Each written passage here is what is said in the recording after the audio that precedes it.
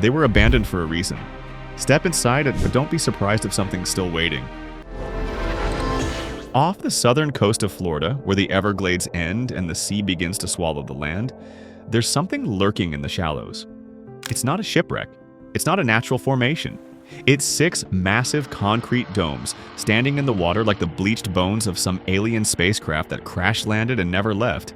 Welcome to the dome houses of Cape Romano. A place so strange, so silent, it feels like you shouldn't be looking at it for too long. Built in the early 1980s by an oil millionaire who wanted to live off-grid, the dome houses were supposed to be futuristic and hurricane-proof. But you know, nature had other plans. The sea started creeping in, sand eroded. The islands shifted beneath their feet. One by one, the houses were abandoned, left to rot in the salt water and storms. Now they stand half-submerged with barnacles crawling up their legs like nature's revenge. Some say it looks like something out of War of the Worlds. Others think they look like massive sea creature eggs waiting to hatch.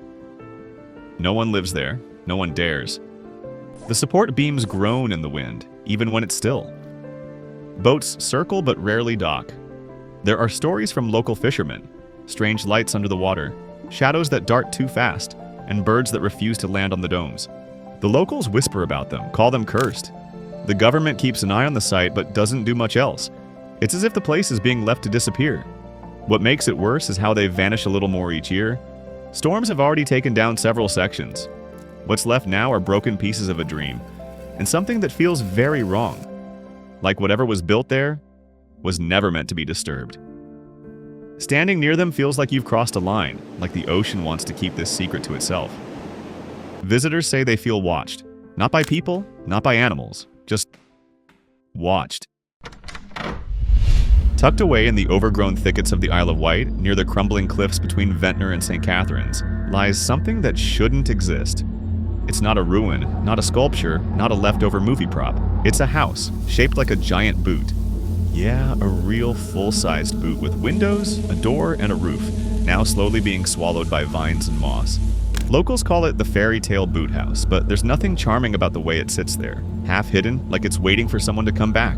Built sometime in the 1950s, maybe as part of a children's attraction or a forgotten resort, the boot house has no official record. No signs, no plaques, no explanations. Just a hollow shell of concrete and rusting metal standing alone in the woods. Some say it was inspired by the old nursery rhyme, the one about the woman who lived in a shoe. But if that's true, no one knows who built it or why they left it behind. The interior is gutted, the floorboards rotted through, and the walls stained with years of rain and decay.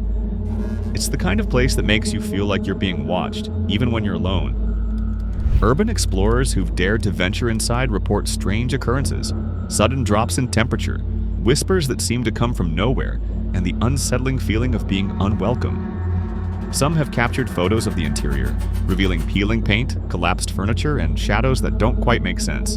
The path to the boot is treacherous, overgrown, and easy to miss, almost like the forest itself is trying to keep it hidden. And maybe that's for the best, because honestly, some stories are better left untold, and some places are better left undiscovered. Out in the dry winds of the Sierra Nevada, there's a place where time cracked, then stopped. Body isn't a museum. It isn't a theme park. It's a real ghost town, once teeming with gold rush gamblers, saloon fights, and gun smoke. And now nothing but wind, dust, and silence. Back in the late 1800s, Bodie was booming with over 60 saloons, underground tunnels, and a population with more grit than gold. But as the mines dried up, the town began to rot from the inside. Fires tore through what was left, and by the mid-1900s, it was abandoned. What's creepy is how much of it remains. Peering through the windows, you'll see dinner tables still set, pianos covered in dust, and school books waiting for students that never came back. Park rangers say strange things happen here. Tools vanish. Shadows flicker where no one stands. There's a so-called body curse. Take even a pebble from the town, and bad luck follows. Tourists who ignored the warnings have reportedly mailed items back, begging for forgiveness. No one lives in Bodie now, and yet it never feels empty. It's as if the town is holding its breath, waiting for one more poker game, one more fight, one more mistake. So just don't stay too long. Bodie doesn't like to be forgotten.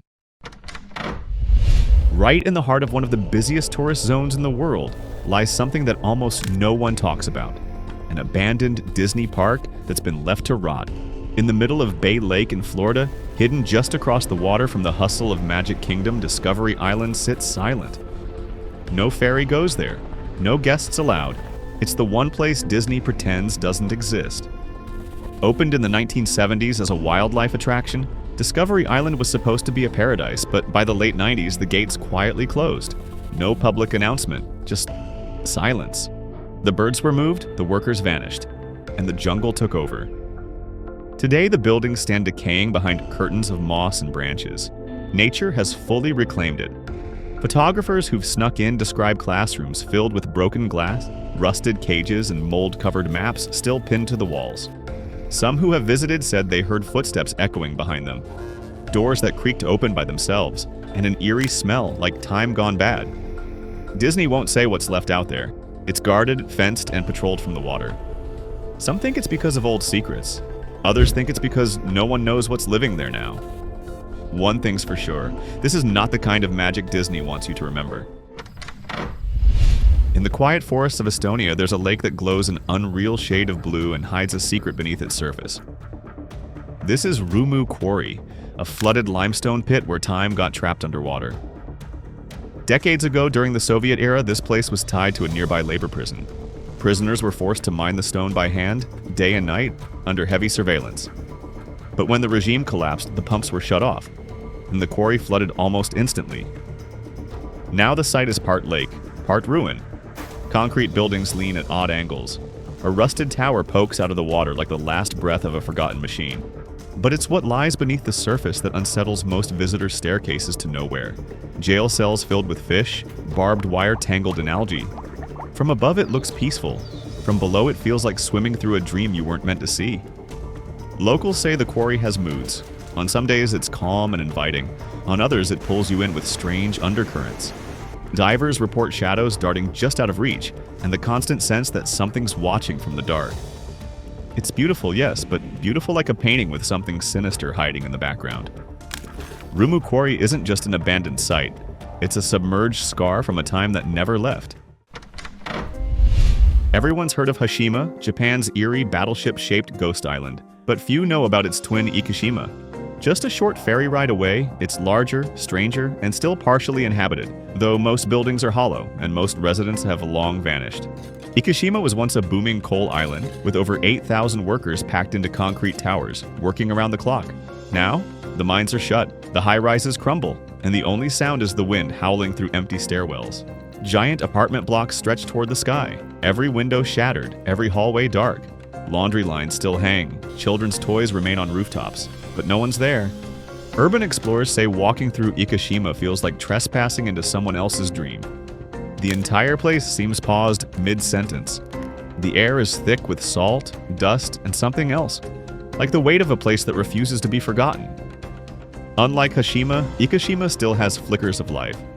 A few residents too old to leave stay in silence among the shadows, but even they don't like to talk about what the island has become, or what still echoes from beneath its crumbling streets. In the blistering heart of the Namib Desert lies a place that looks like it was stolen from a fever dream. A German town, built from ambition and diamonds, now sinking room by room beneath dunes that move like waves. This is Colemanskop, a place where the walls groan, the floors crunch under your boots, and the silence feels heavy. Back in the early 1900s, this town was booming. Diamonds were so easy to find, people picked them straight from the sand. Within a few years, Colemanskop had a hospital, a school, even an ice factory, all in the middle of one of the harshest deserts on Earth. But as fast as it rose, it fell. Bigger diamonds were found elsewhere, and by the 1950s, everyone left. The desert didn't wait. It crept in through the windows, poured down staircases, filled up bathtubs and dining rooms, until the town felt like a ghost sinking in quicksand. Today, Colemanskop looks like something out of The Mummy or a post-apocalyptic film. Grand villas half buried, wallpaper peeling in rooms filled with knee-deep sand. Doorways open to nothing but dunes. Some buildings lean as if they're tired of standing. It's quiet, unnaturally so. You hear your breath, your heartbeat, and sometimes the wind making strange noises through broken glass. Tour guides take people here, but not for long. The desert shifts fast. A room clear in the morning can be lost by afternoon. Some say the place remembers things. Explorers report flickers of light in windows and footprints where no one walked. And every year the sand wins a little more. Colemanskop isn't just abandoned. It's being erased. Slowly, patiently, as if the desert is reclaiming a secret it was never meant to give up. High above the Ligurian coast, on a hill surrounded by olive groves and forgotten paths, there's a village that time gave up on, Balstrino. From a distance it looks like a painting, stone houses clinging to the hillside, a bell tower watching silently over empty streets. But get closer, and you'll feel something shift. The windows are black, the doors are open, and no one lives there. Parts of Balstrino were abandoned in the late 1800s, after a series of earthquakes weakened the ground beneath it. Then in the 1950s, what was left of the population was moved to a safer location. The old village was sealed off, locked in place, untouched for decades. No renovations, no repairs, just sun, rain, and wind turning it to bone and dust. Now ivy claws up the walls, wooden beams hang like snapped limbs, and balconies face nothing but silence. People say the village feels too still, as if it's waiting for something. Explorers describe footsteps that don't echo, doorways that creak without a breeze. At night, the crickets stop chirping when you enter. Local legends say Balstrino is cursed, though no one agrees on why. Some say the earth never forgave it. Others believe something darker moved in after the people left. But whatever the truth is, the village remains. Quiet, crumbling, and watching anyone who dares wander through. It's a place where even the air feels old and every corner hides a question better left unanswered. Deep in the pine forests outside Berlin sits a massive medical complex that once promised healing, but now only echoes with decay. Belitz Heilstätten was built in the early 1900s as a luxurious tuberculosis sanatorium. Grand halls, arched ceilings, tiled corridors. Over time, it became a military hospital serving both world wars. Even a young Adolf Hitler was treated here for injuries long before the world knew his name. But after the Cold War ended, the hospital was deserted. What's left is a maze of peeling paint, rusted gurneys, and endless corridors swallowed by nature. Ivy slithers through shattered windows. Moss grows on operating tables. Surgical tools still sit on trays, dust-covered but untouched. Parts of the complex have been vandalized. Others feel eerily pristine, like someone walked out minutes ago but never returned. Explorers say the vibe inside is suffocating. Sounds don't carry right. Whispers seem to travel between floors. One of the most infamous wings is the old operating theater, where some say shadows move against the far wall without a source. And the tunnels underneath? People don't stay long. Locals call them the lungs of the dead. Whether it's the past echoing through the plaster or something more, Belitz doesn't just feel haunted, it feels alert. Like it's watching back? Waiting for the next patient. Tucked away in rural Slovakia stands one of Europe's most unsettling monuments. 5,000 identical stone men, lined up in rows across a fog-swept hillside. Built in the 1970s under a now-defunct regime, it was meant to honor unnamed resistance fighters. But the files were sealed. No plaques, no records, just endless figures staring into the mist. Locals avoid it. Birds don't land there. And once you've walked among them, it's hard to shake the feeling that some of them moved. In the scorched desert of Southern California, not far from the bright lights of Palm Springs, lies a forgotten dream that smells like decay. They called it the Sultan Riviera, a bold plan to turn the Salton Sea into a glamorous resort town. In the 1950s and 60s, it looked like it might work. Celebrities vacationed here. Speedboats zipped across the water. Real estate agents sold sandlots like they were beachfront gold. It was supposed to be the next Palm Beach, but it rotted before it ever really bloomed. The water wasn't supposed to stay. The Salton Sea was born by accident when a man-made canal burst in 1905 and flooded the desert basin. It never drained.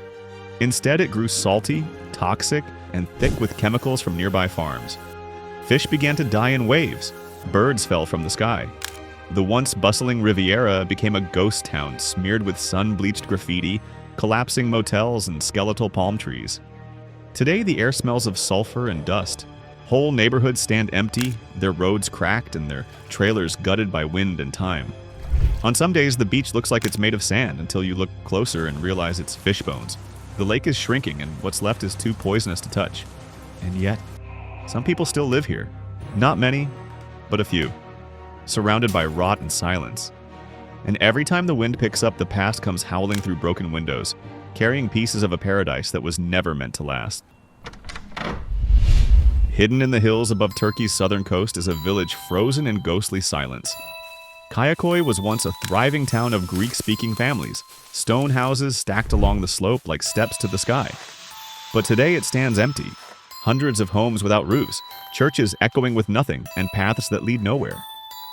The air is still. Even the birds seem to avoid it. In the early 20th century, Kayakoy was abandoned during a forced population exchange between Greece and Turkey. Families left overnight, carrying what they could. The buildings were never torn down, just left. Since then, time and weather have done their work. Ceilings have collapsed, walls have cracked, trees grow through bedrooms, and ivy crawls across church altars. No one returned.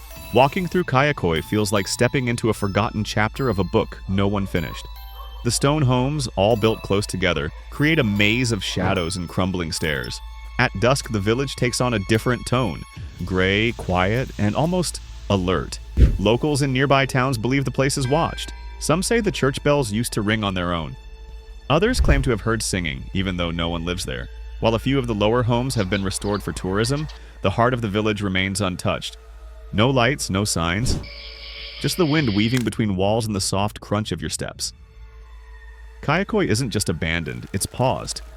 Like something interrupted it mid-sentence and no one dared to ask why.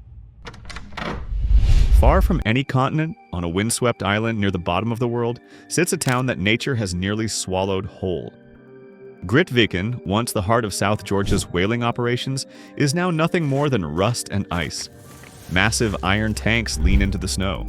Whale bones lie scattered on the shore like ancient wreckage. And behind it all, the mountains watch silently, their peaks hidden in cloud and cold. Founded in 1904 by Norwegian whalers, Gritviken was a brutal, thriving place. Hundreds of workers lived there, carving up giants from the sea to feed demand for oil and meat. But when the whaling industry collapsed, Gritviken was abandoned almost overnight. The equipment was left where it stood. Furnaces cooled, gears rusted, and slowly the wind and snow crept in, reducing everything to a steel skeleton covered in frost and salt. Today you can visit, but very few do. The journey takes you across freezing seas and unforgiving weather. Those who make it describe a strange quiet. Footsteps echo too loudly. The station's massive machinery still stands, motionless but not quite dead. A small chapel remains near the center, its cross still upright, though no prayers have been whispered there in decades. The grave of explorer Ernest Shackleton is here too, not far from the crumbling docks. Locals say the place never stopped mourning. Some report strange metallic hums when the wind rises, or footsteps near the manager's house, though no one's walked there in years. Gritviken is a graveyard of ambition, frozen in time and wrapped in fog. It doesn't feel empty, it feels like something was left behind and it's still listening. Off the northeastern coast of Crete lies a rocky island that looks like any other Mediterranean outcrop.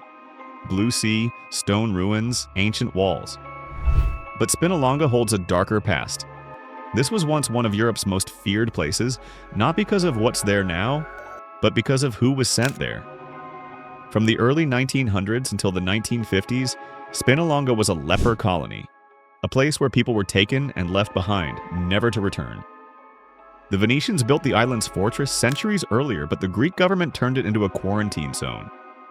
Entire families were removed from society, dropped off at Spinolonga, and left to survive with what little supplies they were given. Over time, the patients built homes, churches, even shops, but the outer world stopped visiting. The only way off was a boat, and no one was sailing back.